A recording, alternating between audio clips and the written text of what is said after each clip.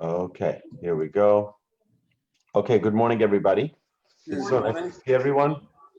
And we are going to begin right now. So if anyone has any questions, on the bottom of your screen, there is an ability for you to raise your hand. So I'll stop when I see that. I think it's under reactions. You can raise your hand or you can give a thumbs up. And that way I know that you're calling, and I'll unmute everyone like this. We don't have any interruptions. So I want to begin with dedicating today's class to two special people.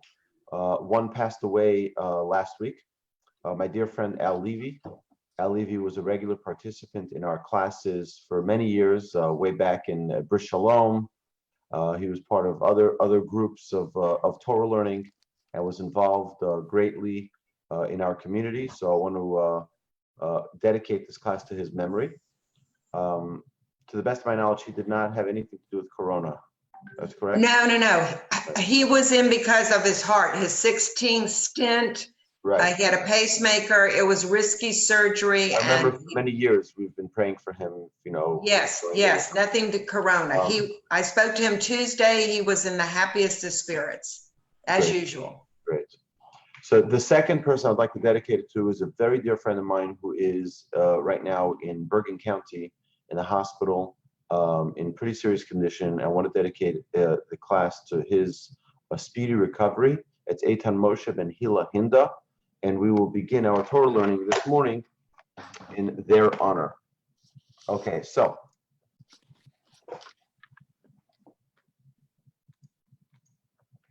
so good morning, everybody. We are in middle of the topic of patience, and the patience. It's funny because in the current state that we're in right now, right before Pesach, with all of this chaos going on in the entire world, it really is probably the most important trait for us to work on right now is just to be patient. And I want to just take you for a second into where I'm holding personally.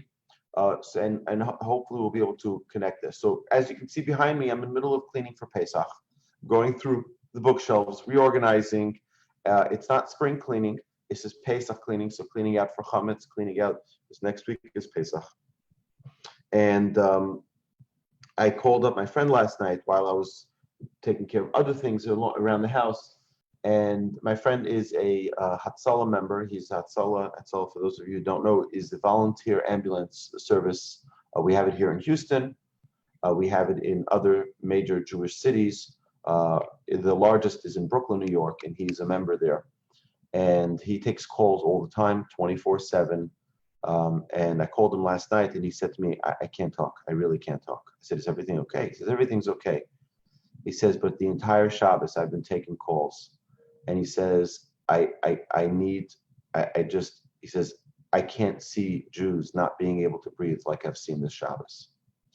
So I think that we need to take a special moment, if possible, to close our eyes and pray for the people who are ill, people who are, people who are on respirators, people who are, faced with challenges, not only them, all their families and their friends who are suffering by this as well.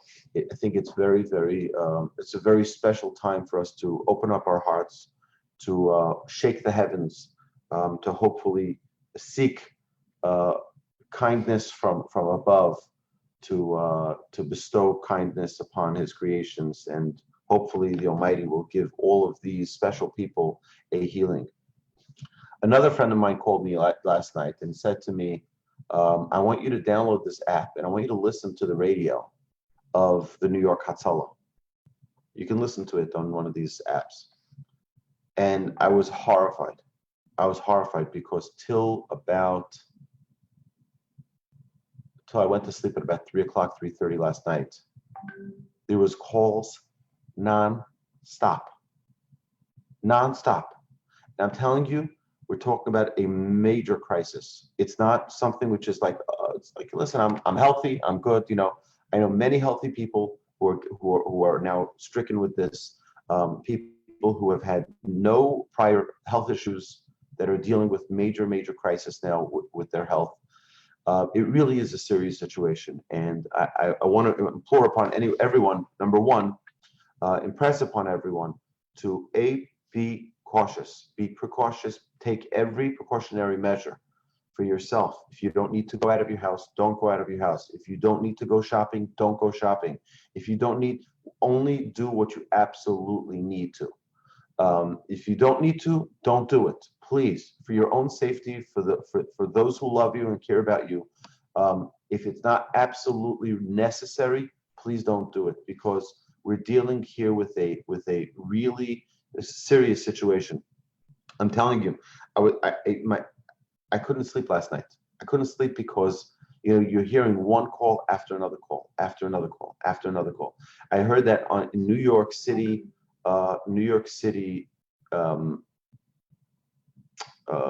EMS service had 179 calls on hold. They couldn't handle the volume of calls. It's a very serious situation, and we have to follow the guidelines of our medical professionals. We have to follow the guidelines of our government, and they're guiding us and telling us, stay out of public places. If you don't need to be at H-E-B or Kroger or Randall's or wherever, don't go.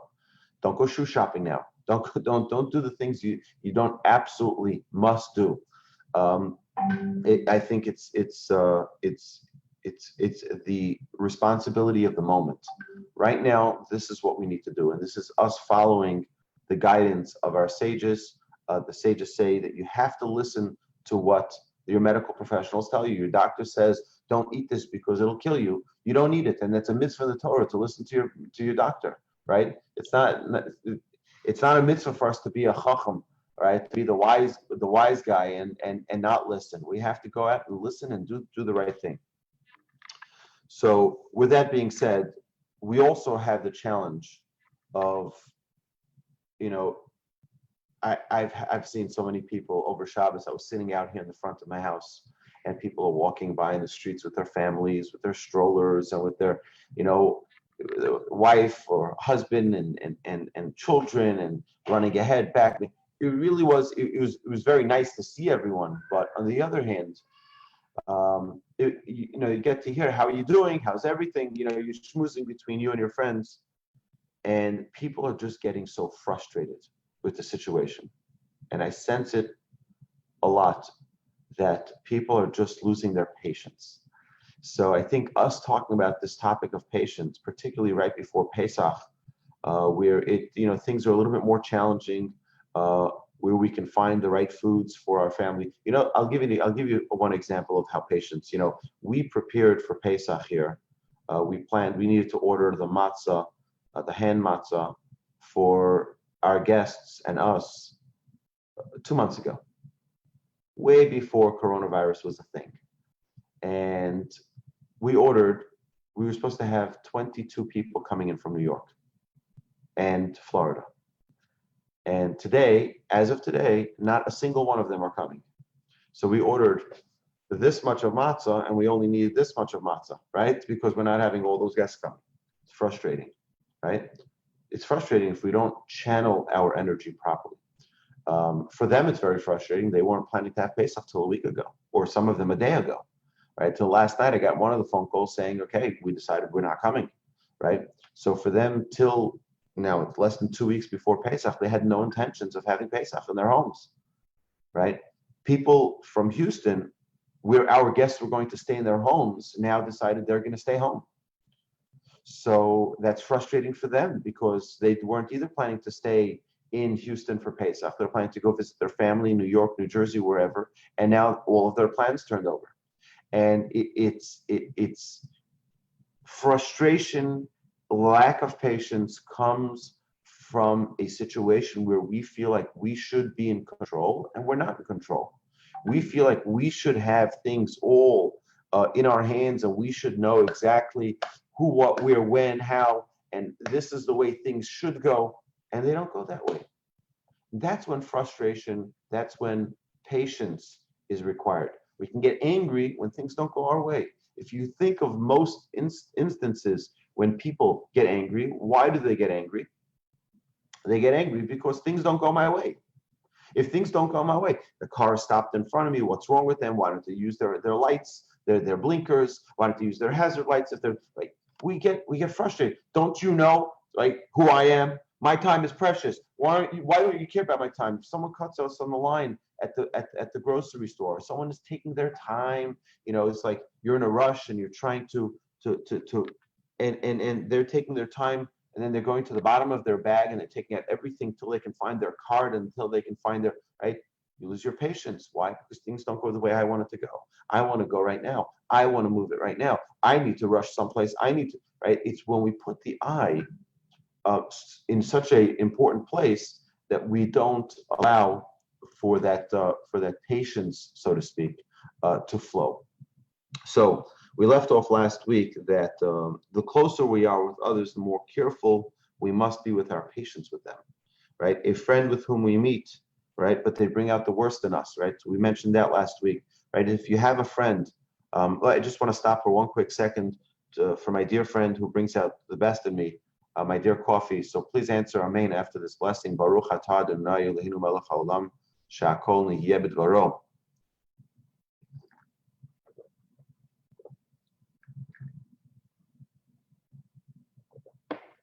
All right, thank you. So you have a neighbor who doesn't mow their lawn the way you like them to mow their lawn, or they don't pick up their whatever it is. Everyone has their potential issues. I have the most magnificent neighbors on all sides. Great, I'm the luckiest man. Right. The most difficult thing for us to have patience with is our own home, within our own home, right? And we know that the key marriage advice is, our sages tell us that under the chuppah, the bride circles around the groom. She circles around them 7 times. So my rabbi, when I was in 6th grade, he used to say she's tying an invisible knot around his leg, right? Is that the bride is like, that's it, you're not going anyplace. She's got him tied up.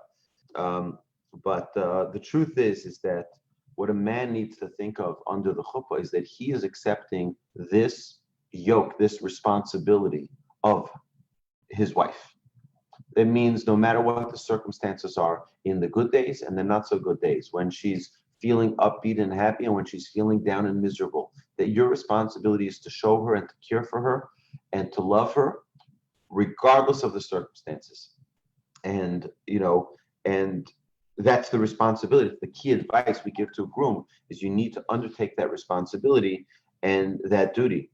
It's not enough to not be angered or strong-minded, right? It's not enough not to be angered or strong-minded.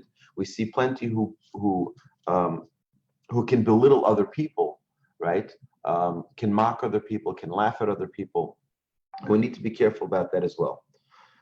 We see a trait that is bad, someone who's lazy, someone who's late, someone who talks all day. You have to accept the person exactly for who they are.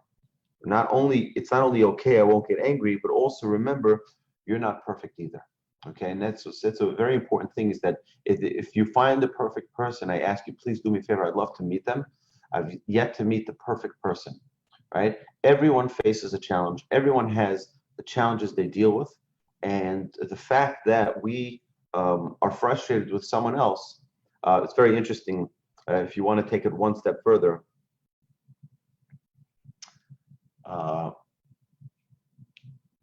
the Talmud says that anyone who sees the deficiency of another person, you see the flaws of another person, it's really your own flaw that you're seeing. So when you see someone who is not being honest about something, perhaps it's your own dishonesty that's bothering you. If you're seeing someone, and people have a difficult time with accepting this. It's not always, what do you mean, me? What are you talking about, right? But the truth is that that's the reality of how the world is that, I'll give you an example. How many times do we see someone do something wrong? It really doesn't bother us. It doesn't bother me at all. Right? There are only some things that we'll see in other people that bother us. Right? Sometimes we can see something someone else does, which is not the proper thing to do, But it still doesn't bother us, right? Why do certain things trigger us, certain things don't? Because it hits us in our nerve of our own deficiency. It hits us in an area where we're feeling our own flaw. And that's why it touches that nerve and it like tickles us. It makes us uncomfortable. And we say, oh, 1 second, look at this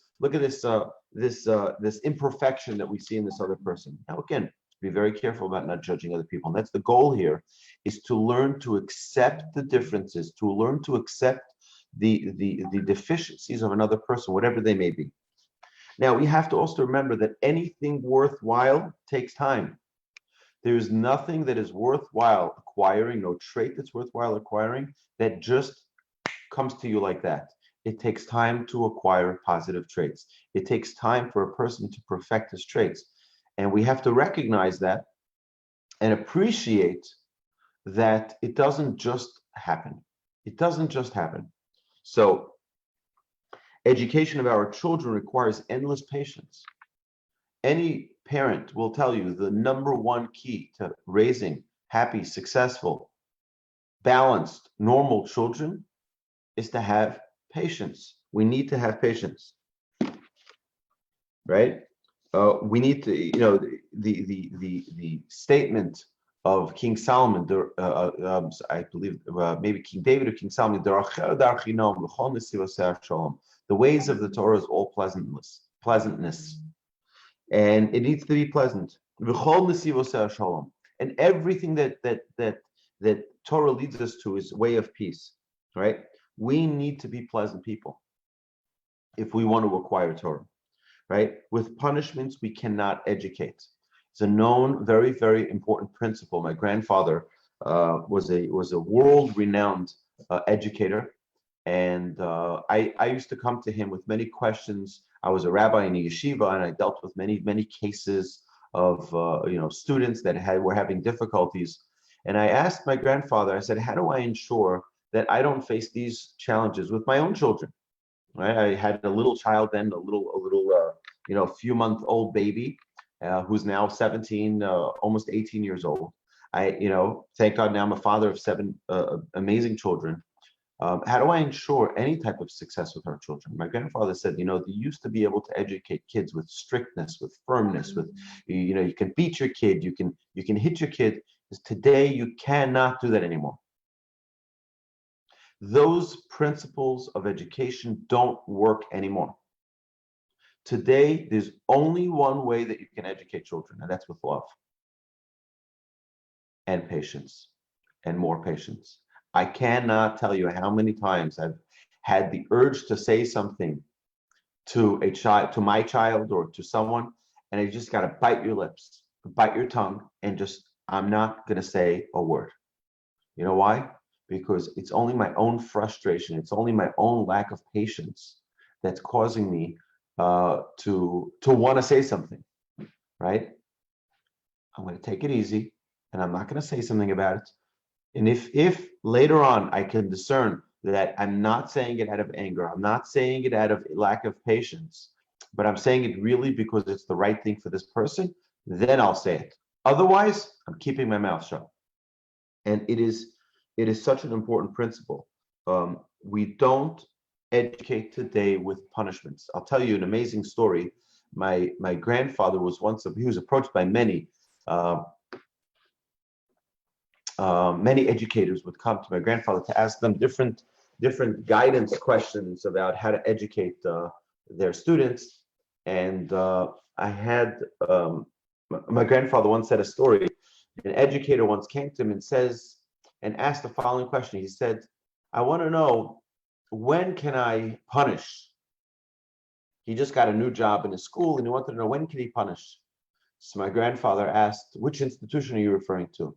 So he told him the institution. He says, who's your boss? Tells him who's his boss. He says, let me think about it. As soon as he left the house, my grandfather calls his boss and says, fire the guy immediately. Because any educator who only wants to know about when they can punish is not an educator, right? They want to know about their power. That's not an educator, right? You want to know how to inspire. That's a great question. But how to punish, when you can punish, when you're allowed to punish, that's not education. right? Only with endless patience can we come to a path of proper education with our children, right? We should work on times that are particularly difficult, and specifically then we should work on our patience. So, for example, when is the most challenging time in a household with little children? Anybody? Mornings, right? Mornings, getting them out to school on time. Everyone has to eat breakfast, preparing all the lunches, getting everything ready, carpool, etc., or bedtime, right? Bedtime. Those are the two difficult times. That's the exact times that we need to work on our patience. We need to set aside, you know what? Okay, for the next half hour and next hour, I'm going to be completely patient. And I'm going to sit and I'm going to relax and I'm going to be patient with my children and I'm going to be loving and I'm going to be caring and I'm not going to raise my voice and I'm not going to get impatient. And we through the work on this trait, I'm sharing this because this is something that I need to work on. It's something that I've been working on for many years. You can really transform who you are. You can really transform who you are when you work on this trait of patience. From one end to the other, you'll become a completely different person through your work in this trait. Shopping, okay? For me, shopping is a very big point of struggle. I absolutely hate shopping, okay? I mean, clothing shopping. There's nothing in the world that I hate more than clothing shopping, right? I don't want to go to the store. I don't want to be there. I don't care which shoes. I don't care which shirt or which suit or which tie. I don't care. It doesn't mean any to me. It's a total waste of my life to go shopping. It doesn't do anything for me, right? And if I were to go shopping with my wife, I prefer telling her, you know what, sweetheart, take the credit card, shop, do whatever you want. I'll wait in the car. Or it just like to me, it's like which one? This one or this one? This one or this one? That one or that one? Or that one or this one? It's just like, come on, just pick any. It doesn't make a difference, right? But right. So, but that's not going to help me become a better person to run away from the situation. What's going to help me become a better person is not only to go, but to be interested. My rabbi used to say, you get engaged. And you know, when a guy gets engaged, so they start to go pick out linen, and they go pick out drapes, and they go pick out this, and he couldn't care less. Do you like this color, this pattern, this shape, and this, that? He says, don't try to fake it, because women have very strong antennas, and they can tell when you're not interested, right? He says, what's the solution? Go and be interested, and make it your business to care, right? And be patient.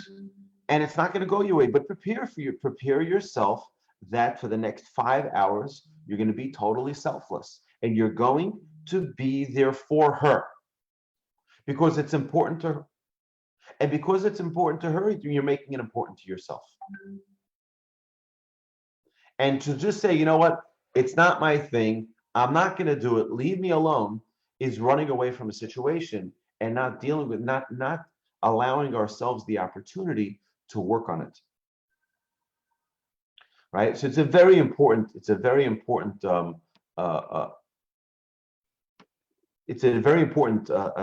trait to work on. And it's not an easy one. I'm telling you, I struggle with this myself, okay? I'm a very calm guy, but there are certain things that just trigger me, like shopping. So what I do is before I go, I prepare myself. And it's like, it takes time to prepare myself. Okay, I'm ready to go now. I'm ready to go and be all selfless and take the time that's necessary to listen and to give advice and to do whatever is necessary and to be calm. And then there gets a certain point where I like, okay, my fuse is now getting to the little minimum. It started like this, and I'm just getting lower, and I have to declare, okay, I need a little time out now. I need it because it's not worth it to blow it. It's not worth it to blow it. Stay calm, stay patient. Also before Shabbos, like we said the story with Hillel, before Shabbos is a time of great stress in a household. It's a time of great tension. You have a clock that's ticking. You got to get things rolling. You got to get things moving. It's a time where great patience is required. Okay, any questions by raise of hand? If you can just raise your hand if any questions. I'm going to unmute everyone. All right, any questions?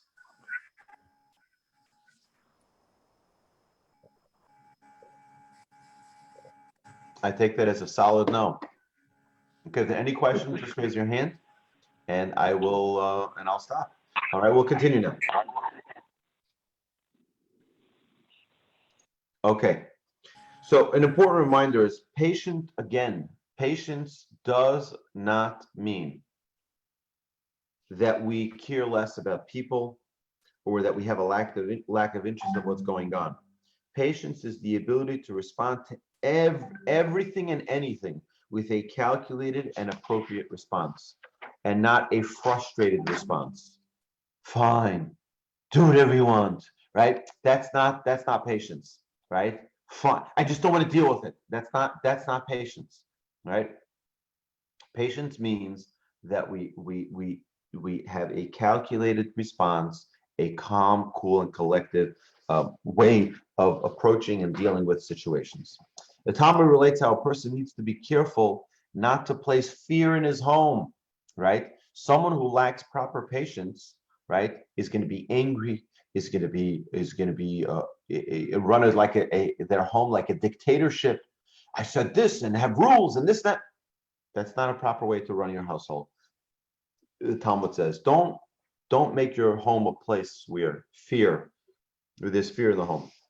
When the tone is rash and strong, the people are frightful and suppress their feelings and even lie in order to avoid an explosive reaction. All right? Right? An example. If a father asks his children, who touched my computer? Right?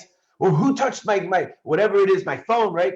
And a child is afraid. Okay, I'm sorry. Like, he doesn't want to say anything. She says, not me, right? You're not going to get a healthy household to operate where there is all that anger or lack of patience, right? A friend asks, did you remember to call so and so, right? We ask our siblings, why didn't you pick up my medicines on your way home, right? There are all of these situations that come up. We have to know how to deal with these situations, whether we're on the we feel a certain way and we're expressing it to someone else, or whether or not we're on the receiving end of someone being frustrated. These questions could also be asked in a calmer fashion that will bring about less of a friction and possibly save from a catastrophic response. So we all are in situations in our lives where we could be in control at times of how we respond to things. And we need to be cautious. We need to be careful that it shouldn't be, if there's, we can ask those same questions, right? We can ask those same questions that those three examples, in a way that is less aggressive and in a way that could be calmer and kinder, right? Okay. Lily, ask. Okay, Rabbi. I have a problem with tone in my voice a lot of times, and I don't know if it's because I tend to be kind of loud, or if sometimes I feel like I sound short and unloving, and I don't mean to. And it's not necessarily because I'm angry or anything. My daughter's calling me. So how do I modulate that?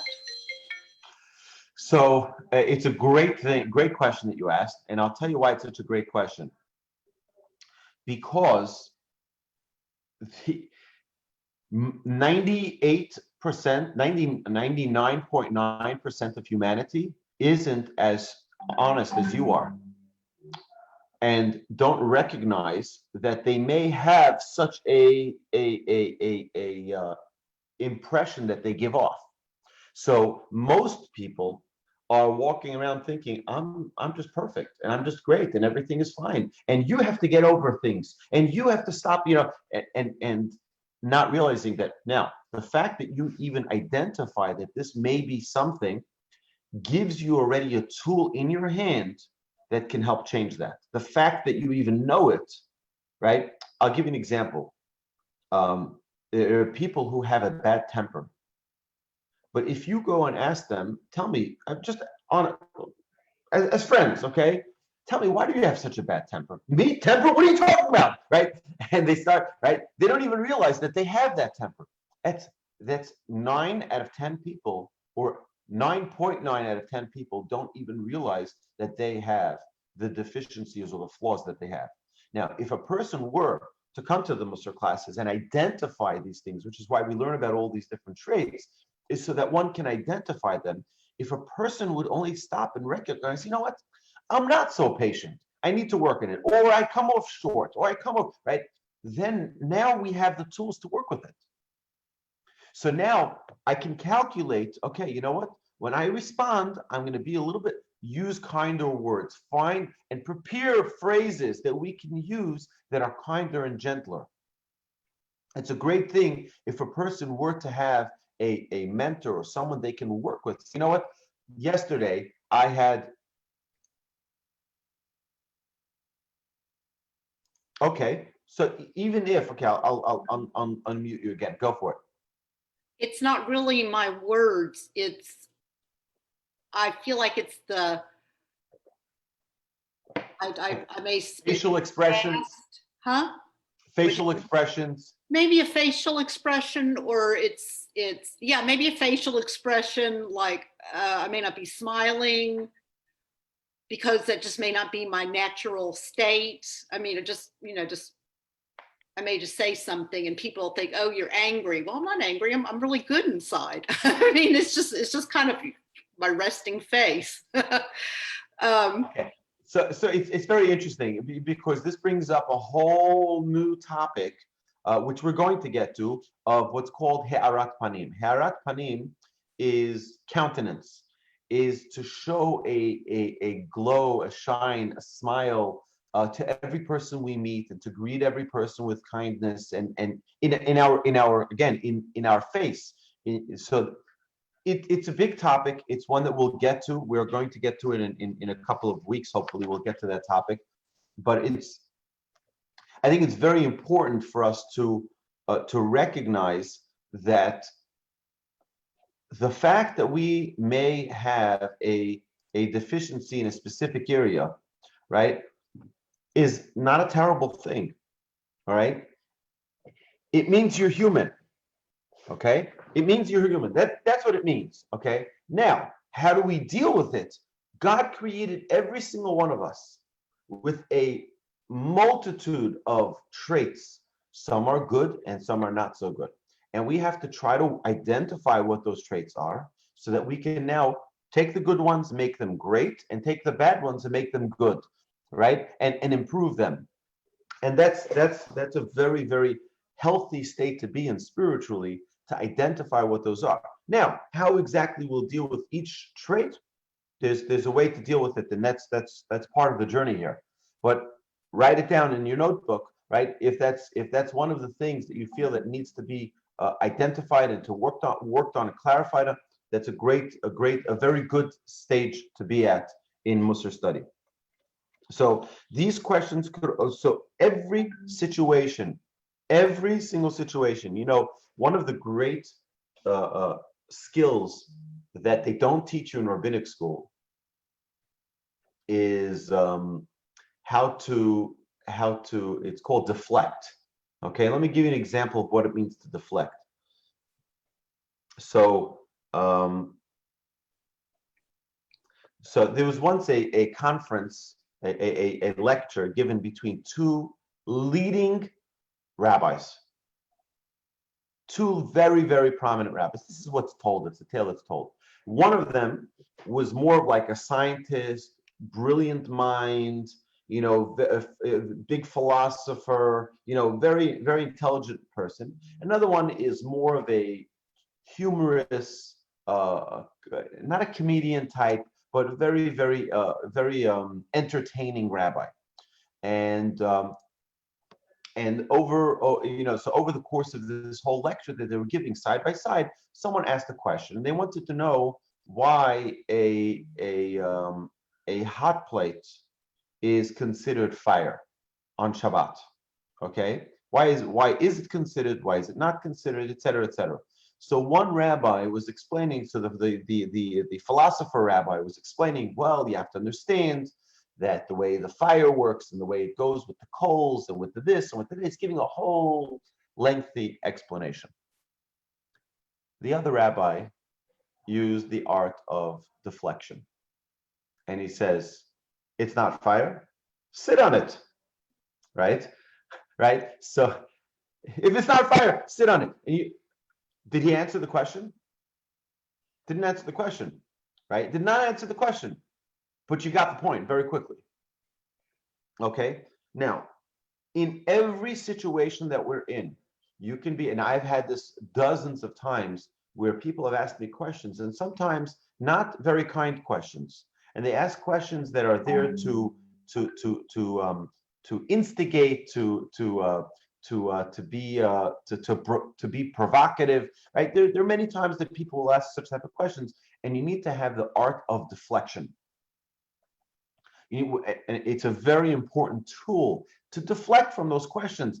They're not looking to ask a question. They don't even have a question that bothers them, right? But they want to just be heard. One.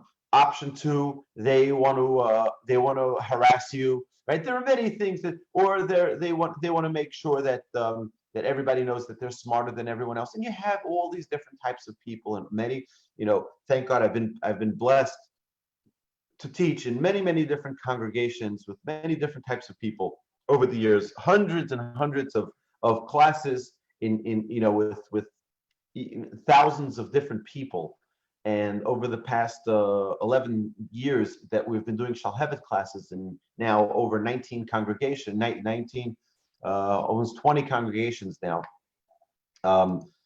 It's you meet a lot of interesting people, and not everyone's going to like everything you're going to have to say, and not everyone's going to be nice, and not everyone's going to come in a good mood, and that's perfectly fine.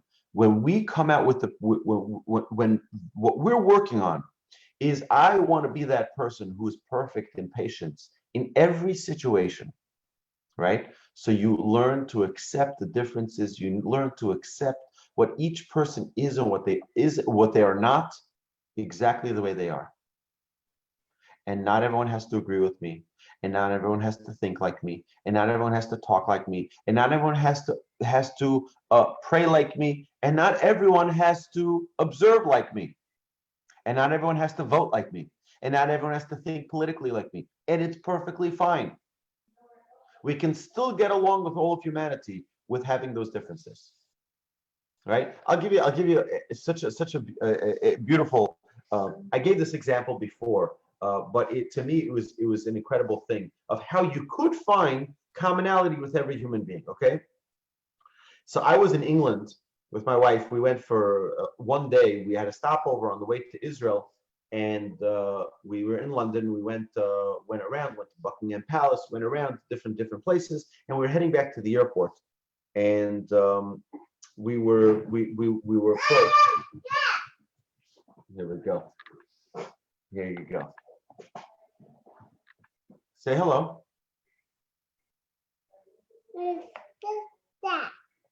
Your doll, you want to show everybody? Say hello? Yeah. Say hi, everybody. Want to show your doll? Yeah. Everyone see her doll? Yeah. Okay. Go show mom. Go show mom. Okay? Thank you, sweetie. So we were in the train station, in the tube, and we met this guy. He comes over to us. You're Jewish? Yes, you're Jewish. He says, oh, I love the Jewish people. He was a Russian. He was drunk at the time. It was only 5 o'clock in the afternoon. So, and he was really sticking to us, to me and my wife. He was like not letting go of us. Okay, we get on the train, and he comes on with us, and we get off at the next station. He gets off with us, and we're like, uh-oh, right? So the next stop, I see a guy, this burly individual. And I tried to, and he says, oh, where are you guys from? You guys look like, So I said, we're from Texas. He says, so am I. I said, where in Texas are you from? He says, I'm from the Woodlands. I said, the Woodlands? No way. I said, I'm from Houston. So we became right away like friends, Now, if I met this guy at the rodeo, I probably wouldn't talk to him, right? But because we're both strangers in a foreign land, now we're like landsmen. We're old friends. Like, we're both from Texas. We're both from Houston, right? We know each other.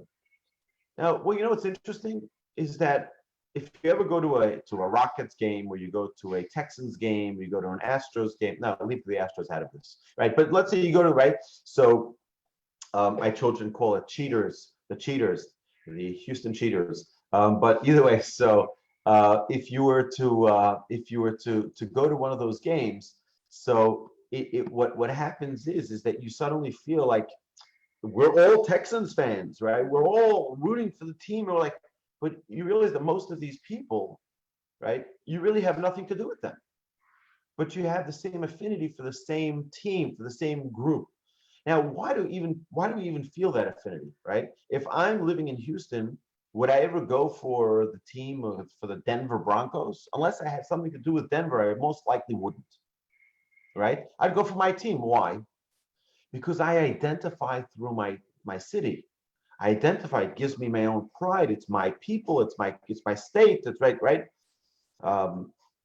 It's very interesting how we identify with things. But now, think of it like this. When we have the when we have the Olympics, we go for the USA, right? We go for what we feel is right. But imagine now if if you were stuck in a jungle and you met someone from a different country, right? And now it's sort of the wild animals versus humanity. You suddenly have an affinity with this human being, all right? We need to realize that that if a person is putting things into perspective, it gets much easier, right? If you take the person who's frustrating you, you realize this person, if I was stuck in Ireland and they knew that I was also from Houston, they'd come save me. They'd come help me, right? Suddenly I have a different appreciation for this person. So if we just realign our perspective, it can change everything. Suddenly, there's an affinity for this person. This is the same person who cut the line in front of me in the grocery store. It's okay. Suddenly, right? So again, it's all a matter of perspective. Patience is a branch of humility. Okay? And it also brings about peacefulness and tranquility. The Rambam stresses the importance of speaking in a soft tone at all times. Whenever you have the ability, speak in a soft tone, right? Someone who speaks. Why? Because we're influenced by the words that we use. We're influenced by the tone that we use. If we use a cool, calm, and collective tone, you know what happens? We are cool, calm, and collective. If we use a harsh tone, we become harsh. We become forceful, and we become okay. Okay, so to summarize thus far, step one we said is to accept differences. Step two is maintain calm, like before, even after differences surface. Number three, be patient with ourselves in all our endeavors, and remember that we aren't expected to do more than we are capable of. Number four is patience in our home with our spouse and our children, the people we're close with. And number five, practice speaking softly, even when critiquing or reprimanding someone. If you have the ability to help someone else grow, what we need to do is talk calmly and patiently with them. Don't be abrasive and don't be rough and tough. Find a way to speak in a calm and pleasant way. Okay, so we're going to end here with the following. Okay, patience when dealing with public service is going to be the next topic we're going to discuss.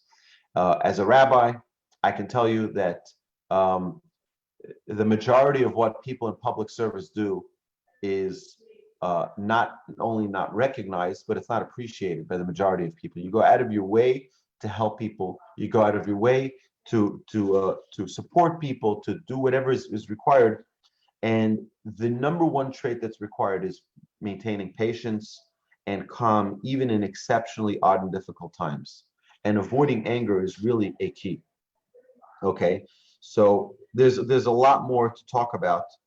Are there any questions so far? Maybe we'll continue.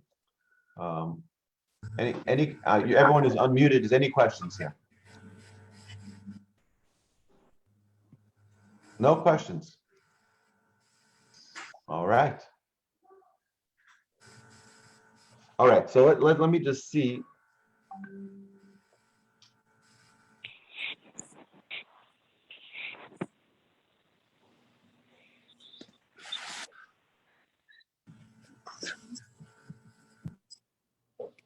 All right, so we'll continue this next week because it's a whole new area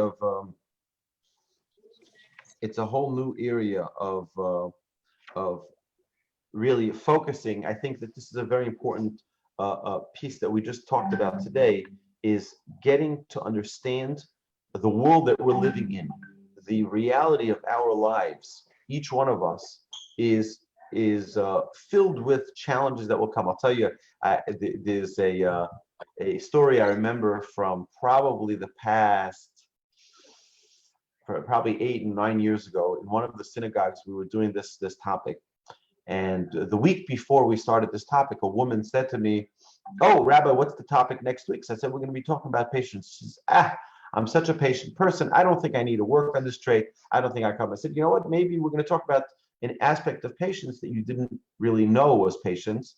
You might want to participate." Okay, so she came the next week, and she left the following week. All right, she comes to class and she says, "I need to apologize publicly."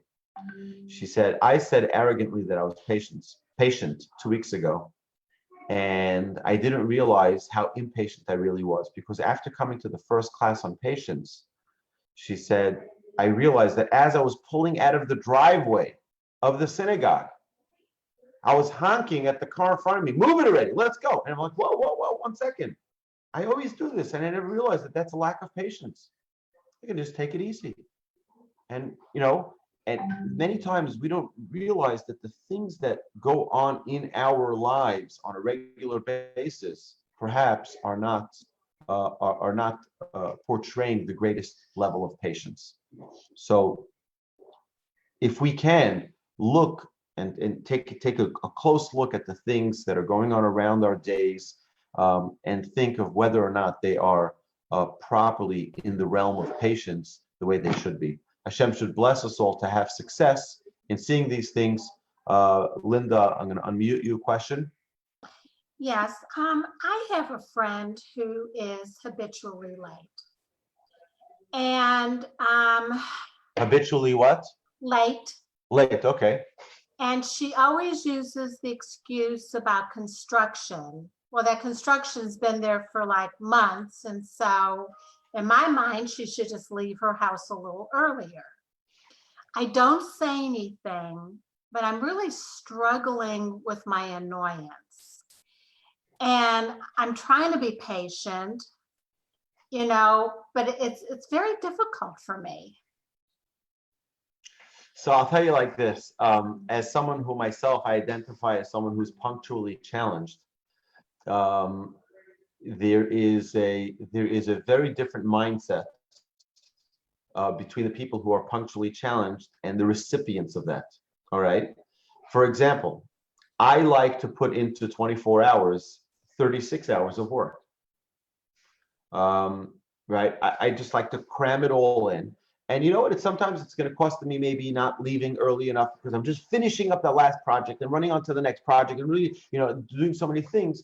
And I sometimes think, my father and I always have this argument whether or not time is flexible or not, right? I always tell my father, "What do you mean time is flexible?" My father's like, "What are you talking about? Time is not flexible," right? I'm like, but you can, it's an argument for another time, but I don't see when I'm late that I'm disrespecting other people, but other people may feel that me being late is disrespecting their time. right? And that's always, it's, by the way, I have several books on this because it's a big, big topic, a lot of work that needs to happen on working on being punctual and on time. It's a lot. It's not an easy thing. I've been working on this for years. This has been the top of my list. I've gotten a lot better, but still not close to perfect. And it's a big challenge because to me, if I have a meeting at 1 o'clock, so when do I have to leave for that meeting? At 1 o'clock.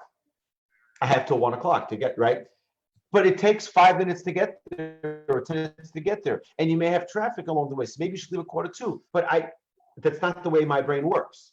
So I have to retrain my brain to work that I need to leave at that extra time. It's not that I disrespect other people's time. It's that I'm not properly calculating the time I will need, right? I'm like, what's the big deal? It takes a minute. No, but it doesn't take a minute. It takes 7 minutes to get there, right? So you understand that it's not that they disrespect you at all.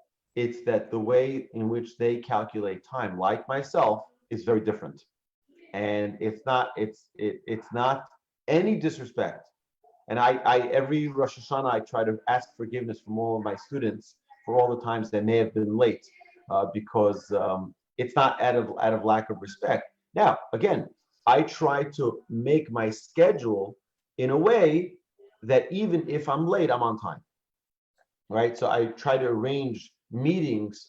For example, if someone tells me they want to meet me, I'll say, you know what, meet me right before class. And that way, I'll meet right before class. I'm already there, and then it's much easier for me to be on time, et cetera, et cetera. So that's why I try to arrange my day, knowing my deficiency, so that I can improve that, right? But on the recipient side, when someone is the recipient of someone being late, and I've been the recipient of that many times myself as well, even though I'm punctually challenged, I still have had people who are more punctually challenged than me.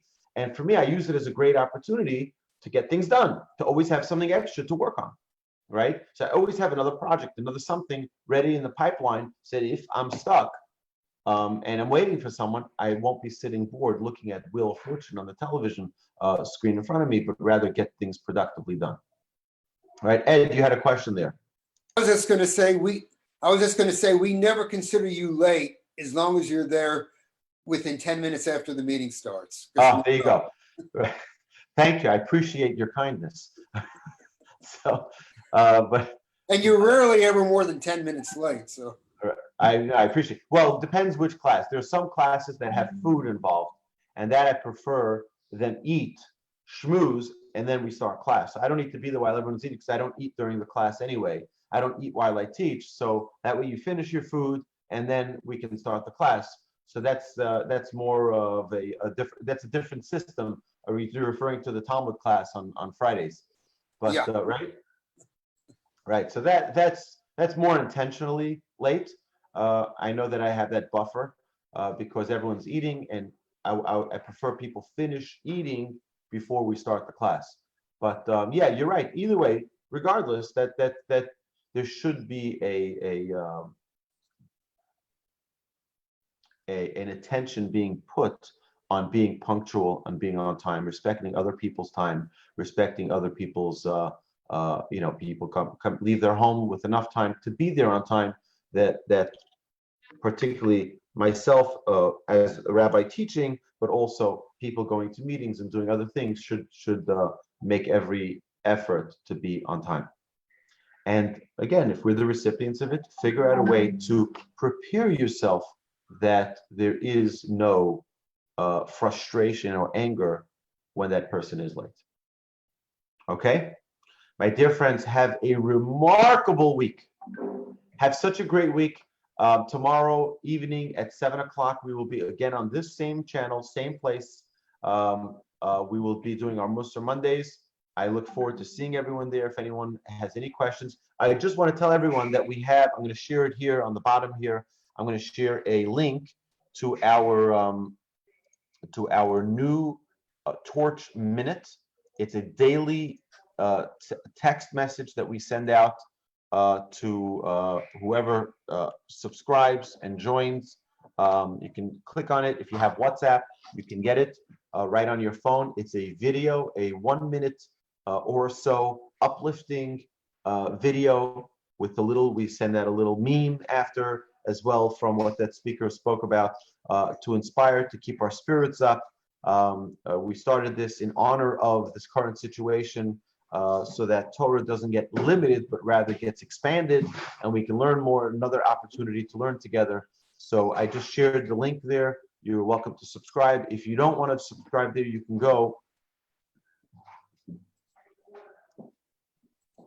Don't worry, Rashid, don't worry about it. Thank you. But you can subscribe, you can click on that link, on the WhatsApp link, or you can go to @TorchMinute on Instagram, and that's where we share all of the content there as well. And it really is, it's building a movement where people are just, you hear a short little idea from one of the Torch staff members every day, one little short 1-minute video. And it really is a great way to connect every single day. So my dear friends, have a wonderful, wonderful day, a wonderful week ahead, and I look forward to continue learning and growing together every single day. So have a great week. Any questions? I'll stick around for questions. I'm going to unmute everyone.